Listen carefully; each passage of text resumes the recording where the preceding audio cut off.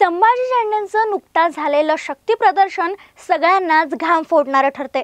पुरंदर हवेली विधानसभा मतदारसंघात यंदाची लढत चुरशीची ठरणार आहे। मराठा प्लस माई मत आणि मतदारसंघात आज ही विकासासाठी लोकांची होत असलेली ओरड, या सगळ्यामुळे आमदारकीची खुर्ची यंदा संभाजी झेंडेच मिळवतील असा दावा त्यांचे समर्थक करतात। यावरच या व्हिडिओच्या माध्यमातून बोलूयात। नमस्कार, मी संजना टेवडी मराठीमध्ये आपलं स्वागत। आता मतदारसंघाबद्दल सांगायचं झालं तर पुनर्रचनेपूर्वी हा जो मतदारसंघ होता तो बारामती लोकसभा मतदारसंघात मोडत होता। त्यामुळे शरद पवारांना मानणारा एक मोठा वर्ग या मतदारसंघात दिसून येतो। आता त्याचं झालं असं की झेंडे यांना शरद पवार गटाकडून म्हणजेच महाविकास आघाडीकडून तिकीट मिळेल अशी दाट शक्यता वर्तवण्यात येत होती।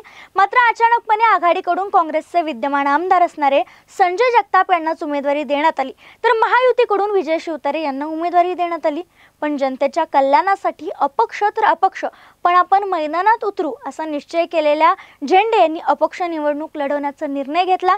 त्यावेळी मोठ्या प्रमाणात त्यांनी शक्ती प्रदर्शन देखील केलं आणि त्या शक्ती प्रदर्शनाला मिळालेला मोठ्या प्रमाणातला जो प्रतिसाद आहे तो पाहून महायुतीतील अजित पवार यांच्याकडून झेंडे यांना राष्ट्रवादी अजित पवार गटाचा एबी फॉर्म देण्यात आलाय। त्यामुळे आता संभाजी झेंडे हे अजित पवार गटाकडून राष्ट्रवादीकडून निवडणुकीच्या रिंगणात असतील। आता इथल्या जातीय समीकरणाबद्दल बोलायचं झालं तर लोकसभा निवडणुकीत मराठा आणि ओबीसी या आरक्षणाचा परिणाम ज्याप्रमाणे दिसून आला त्याप्रमाणे तो पुरंदर हवेली विधानसभा मतदारसंघात अर्थात येणाऱ्या विधानसभा निवडणुकीत दिसून येणार यात काही शंका नाही।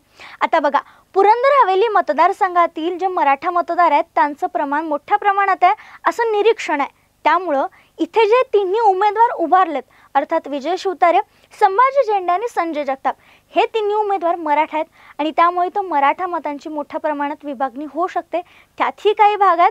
त्यामुळे 20 ते 30% मतं युती आणि आघाडीच्या उमेदवाराला गेली तरी 10 ते 15% मतं ही झेंडे यांना मिळतील असं विश्लेषक वर्तवतात। त्यासोबतच ओबीसींची संख्या देखील इथं मोठ्या प्रमाणात आहे, पण त्यातही माई समाजाची जी मतं आहेत ती संभाजी झेंडे यांना 30 ते 40% या मोठ्या प्रमाणात मिळतील असं देखील निरीक्षण विश्लेषकांनी वर्तवले।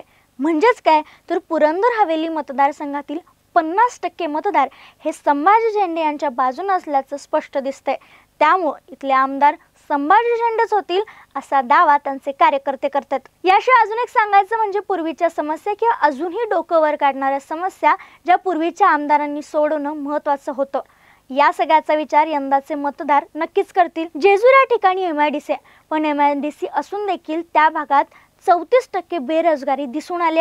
संपूर्ण तालुक्यात 29% बेरोजगारी आणि हा मुद्दा आगामी विधानसभा निवडणुकीत चर्चेचा ठरणार आहे।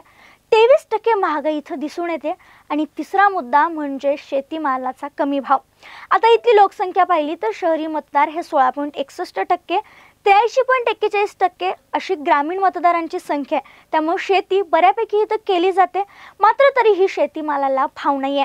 पाण्याची समस्या इथे भेडसावते। 2014ला आमदार राहिलेले आणि जलसंपदा जलसंधारण खातं सांभाळलेले शिवतारे याबाबतीत काहीच करू शकले नाहीत। सतत दुष्काळी तालुका असलेल्या पुरंदर तालुक्याला पुरंदर उपसा योजना जीवनदायी ठरली खरी, पण नंतर त्याची नीट अंमलबजावणी झाली का हे कोणत्याच आलेल्या आमदारांनी प्रतिनिधींनी पाहिलं नाही। त्यामुळे तेथील शेतीचा विकास खुंटला। पाण्याची समस्या नेहमीच डोकं वर करत राहिली, त्यामुळे इथला शेतकरी वर्ग नाराज आहे। शिवाय नंतर आलेल्या संजय जगताप या आमदारांनी देखील म्हणावी तितकी चांगली कामगिरी केली नाही असं गावकरी सांगतात। याशिवाय सगळ्यात मोठ्या समस्या म्हणजे पुरंदर हवेलीमध्ये सांगितलं तर सगळे मतदार एका बाजूने सांगतील ती म्हणजे इथले रस्ते कधीच नीट आणि दुरुस्त केले गेले नाहीत। दुर्गंधीयुक्त नाले आणि गटारांचा नेहमीच मतदारांना सामना करावा लागला। म्हणजेच राज्यमंत्री राहिलेले शिवतारे असोत किंवा सध्याचे विद्यमान असणारे जगताप यांनी या बाबतीत कोणतीच कामगिरी केली नाही अशी ओरड नेहमीच मतदारसंघात पाहायला मिळते। पण आता या सगळ्यावर आमदार म्हणून काम करणं मतदारांना अपेक्षित असताना दिवे घाटातील किंवा सासवड परिसरातील जे लोक आहेत ते सगळे लोक पाण्याची समस्या, विजेची समस्या असू दे किंवा रस्त्याची समस्या असू दे, सगळे प्रश्न घेऊन झेंडे यांच्याकडे जायचे आणि झेंडे त्यांचं निराकरण करायचे।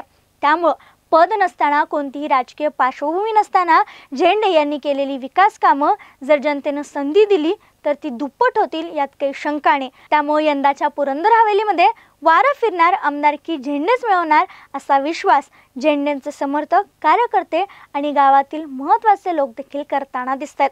दरम्यान तुम्हाला काय वाटतं, कोण असेल पुरंदर हवेलीचा पुढचा आमदार? कमेंटमध्ये सांगायला विसरू नका।